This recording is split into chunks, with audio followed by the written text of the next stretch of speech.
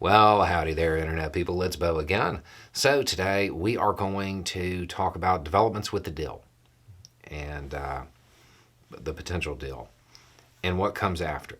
Because a pause isn't the end of it. And we're going to talk about the developments because we do have some new information. If you missed the reporting, because a lot of this happened over the weekend, basically the news broke that there was a deal. A tentative deal had been reached, and it would start a 5-day pause, because we don't use the term ceasefire apparently, and it would lead to the return of more than 50 captives. That was the news that went out. Almost as soon as that news went out, both the U.S. and Israeli governments were like, no, that's not the case. We don't have a deal. Okay, and it left a lot of people wondering what that meant. And we ran through the options. And it looks like they've got to work out the finer points. The reason I'm saying this is because the Prime Minister of Qatar basically said that. So that there were some minor challenges ahead. The challenges that remain in the negotiations are very minor compared to the bigger challenges. They are more logistical. They are more practical. So taking that out of foreign policy speak, the agreement, the idea of a pause, captives going home, that's worked out now. The logistical and practical, that means date and time the pause starts. That means how the captives are being transported, who is picking them up, whether they're going through an intermediary like maybe Qatar. There's a whole bunch of little stuff like that. What constitutes a violation of the pause?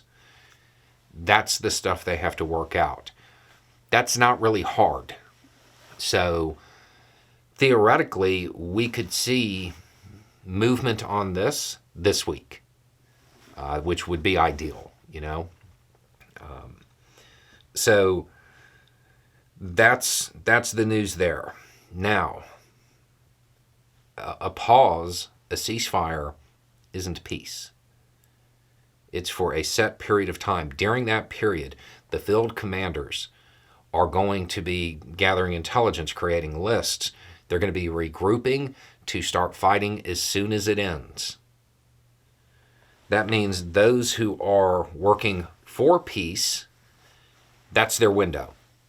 However long that is, that's their window. If they don't get it during that period, the odds are that it'll all start back up. It'll look exactly like it does now. And that clock is going to wind down very, very quickly. So that's the state of it at this moment.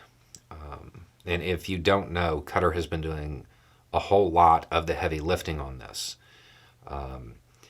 Basically, the U.S. is providing, let's call it encouragement, and Qatar is facilitating. So the Prime Minister saying this and also going out of his way to say, hey, the reports talking about it before we say anything about it, those are bad. That's kind of a good sign. So hopefully we will hear more about this very, very quickly. But understand, it's not the end. It's not the end. In fact, it is, without a real commitment from a whole bunch of major players, there will be another cycle after this, and that's already been determined. It would take something huge to change that. So not just are we not talking about it not being the end of this cycle, the groundwork is already laid for the next one. So those people who are trying to come up with a solution, with some way for the fighting to stop, something like that,